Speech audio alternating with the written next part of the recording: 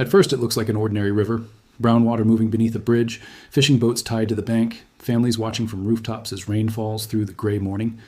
Then the river rises another inch, and another. A road disappears, a power line falls, a village loses its only bridge. Across China, more than 600 rivers have reportedly crossed official warning levels. In northeastern India, the Brahmaputra has pushed into hundreds of villages. In Bangladesh, floodwater has trapped more than 1 million people. In Pakistan and Afghanistan, rain has turned hillsides, streets, and dry valleys into deadly channels of mud and debris. The Guardian. This is not one storm. It is a chain reaction stretching across thousands of miles. Typhoons are feeding monsoon systems. Mountains are squeezing moisture from the sky. Rivers are rising at different speeds in different countries at the same time. And the most dangerous question is no longer where the next flood will begin. It is what happens when the water reaches a region that has already run out of places to send it. The crisis begins high above Asia, where invisible rivers of moisture move through the atmosphere. Every summer, the continent heats faster than the surrounding oceans. Warm air rises over the land. Moist air is pulled inland from the Indian Ocean, the Arabian Sea, the Bay of Bengal, and the Western Pacific. That movement creates the monsoon. For billions of people, it is not simply weather. It is the engine behind drinking water, rice fields, hydropower, reservoirs, and food production. Without the monsoon, crops fail. But when too much rain falls too quickly, the same system that keeps people alive begins to attack the landscape beneath them. On a satellite map, the danger does not appear as one giant storm. It appears as layers. A long band of monsoon cloud across India, moisture curling north from the Bay of Bengal, tropical systems crossing the South China Sea, dark storm cells forming against the Himalayas, and beneath those clouds lie some of the largest and most heavily populated river basins on Earth. The Indus, the Ganges, the Brahmaputra, the Mekong, the Yangtze, the Yellow River. These waterways do not respect provincial borders. They do not stop at checkpoints. Rain falling in one region may become a flood hundreds of miles away. And by late July 2026, that system was beginning to behave like a vast network under pressure. The number that captured global attention came from China. More than 600 rivers had reportedly risen beyond warning levels as waves of intense rain struck different parts of the country. But that figure requires context. It does not mean 600 rivers were simultaneously destroying cities. A warning level is a threshold used by authorities to signal that a river has become dangerous enough to demand closer monitoring, flood defenses, evacuations, or emergency preparation. Some waterways may rise only slightly beyond that point. Others may continue climbing toward a disaster. The frightening part is not the number alone, it is the size of the system authorities must watch.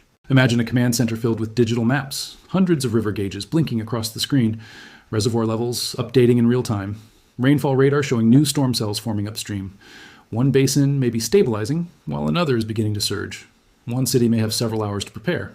A mountain village may have only minutes. China was already inside its peak flood control period when Typhoon Noel moved inland after striking the southern coast. The storm had drawn strength from warm ocean water, carrying enormous amounts of moisture toward Guangdong and neighboring regions. Forecasters warned that some areas could receive extraordinarily high rainfall totals, with localized projections reaching between 500 and 600 millimeters. That is roughly 20 to 24 inches of rain. Not over an entire year, but in a concentrated storm event. Reuters. When Noel moved inland, it began to weaken as a tropical cyclone. But a weakening cyclone does not mean the danger disappears. The winds may slow, the eye may collapse, yet the moisture remains.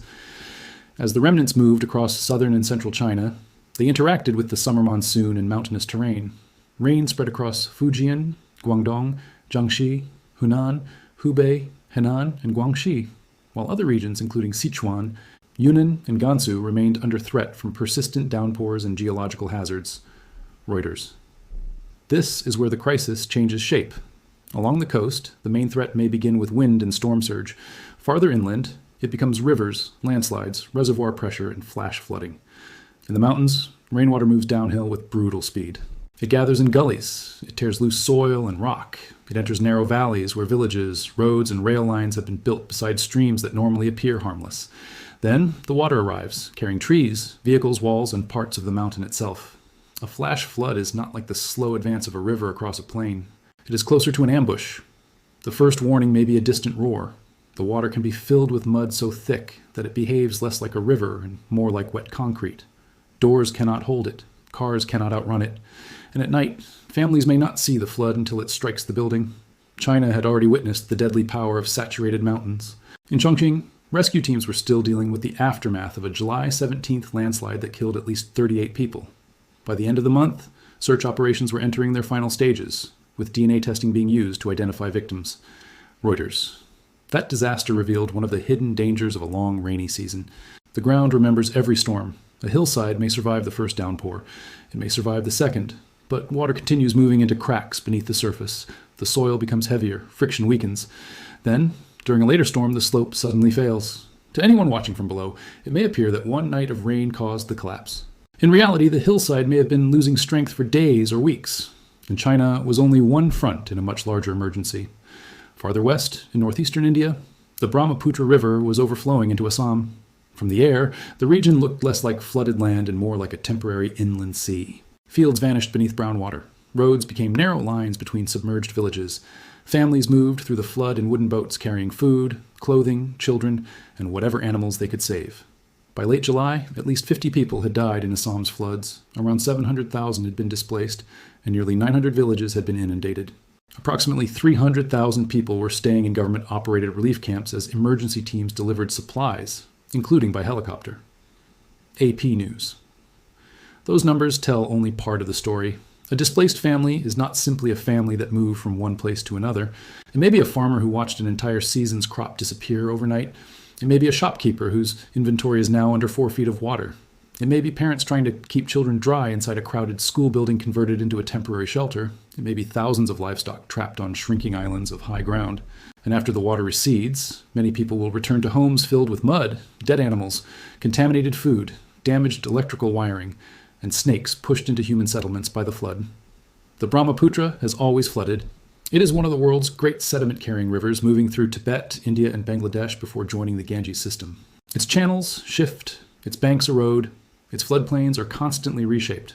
But millions of people live beside it because the same river that destroys land also creates fertile soil. This is the ancient bargain of the monsoon. Water brings life.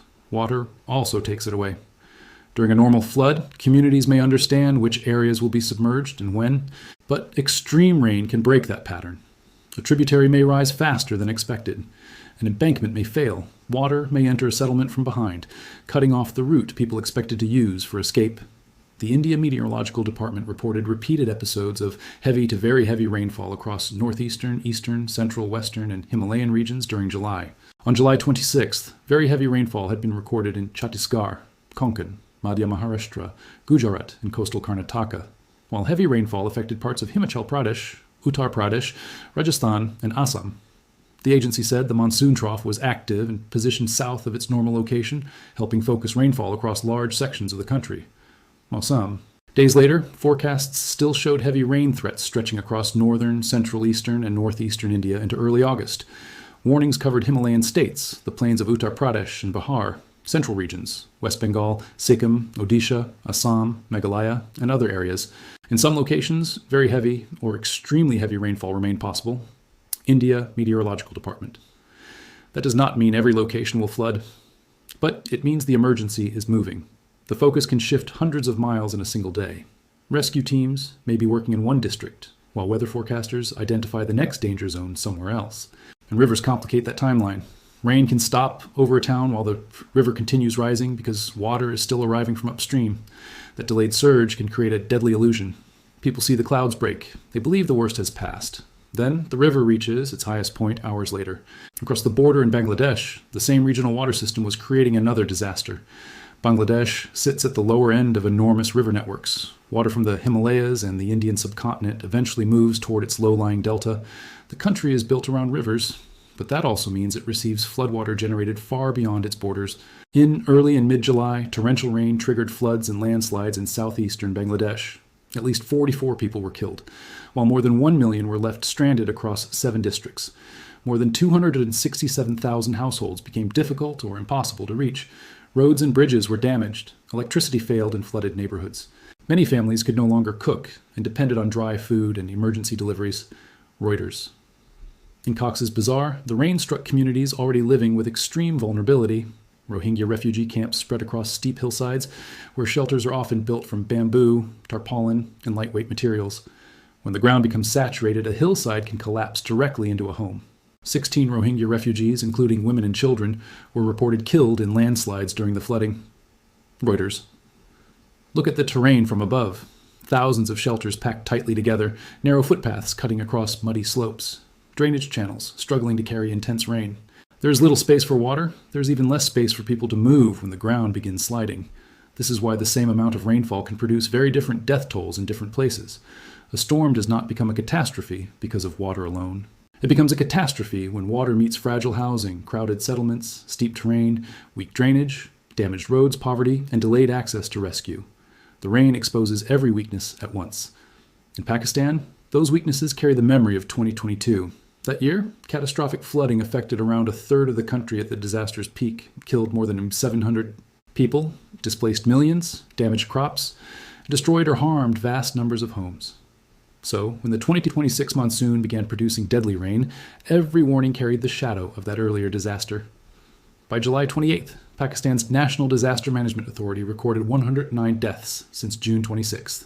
Children accounted for 48 of those fatalities. Khyber Pakhtunkhwa had suffered the largest provincial death toll, followed by Punjab. Many victims were killed not inside major rivers, but when walls, roofs, or entire structures collapsed during intense rainfall. Monsoon dashboard. That detail matters. When people imagine monsoon deaths, they often picture someone swept away by a raging current.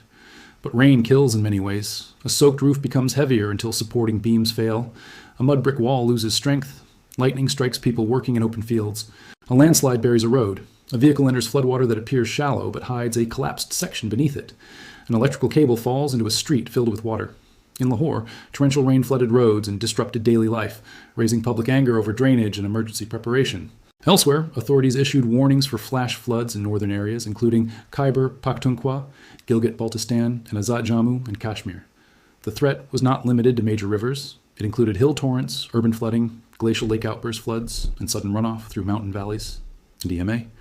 The mountains contain another layer of danger. Across the Hindu Kush, Karakoram, and Himalayan regions, rising temperatures are changing snow and ice. Glaciers store enormous quantities of water. In some locations, meltwater gathers behind unstable natural barriers made of ice, rock, and debris. If one of these barriers fails, a glacial lake can release a violent wave downstream. This is not the same mechanism as a monsoon flood, but heavy rain, warm conditions, melting ice, and unstable slopes can interact. The result is a compound hazard in which multiple threats arrive together. A community may be watching the river while the real danger is forming high above it. In neighboring Afghanistan, the landscape creates its own deadly contradiction. Large parts of the country are dry. Many valleys may go months with little rain, but dry ground does not always absorb sudden water safely. When intense rain strikes hard, bare terrain, water can race across the surface into narrow channels. In eastern Afghanistan, heavy rainfall between July 20th and July 25th triggered flash floods across several regions. Nuristan province suffered some of the most serious impacts, with villages hit by fast-moving water, debris, and landslides. Relief web. Homes built from mud and stone can be strong in ordinary conditions. But once floodwater cuts into their foundations, collapse can happen quickly. Road access is often limited. Mountain paths may be blocked. Rescue teams may need hours to reach a community that had only minutes to react. Across India, Pakistan, and Afghanistan, at least 82 people were reported killed during one deadly period of heavy rain and flooding in late July. Reuters. And still the crisis extended farther east. Parts of South Korea, Japan, Taiwan, Vietnam, and other regions had also faced intense rainfall, flooding, typhoon impacts, or landslide threats during the wider period of extreme weather across Asia. In Taiwan, torrential rain caused millions of dollars in reported agricultural losses. In China, typhoons helped reinforce already active monsoon conditions.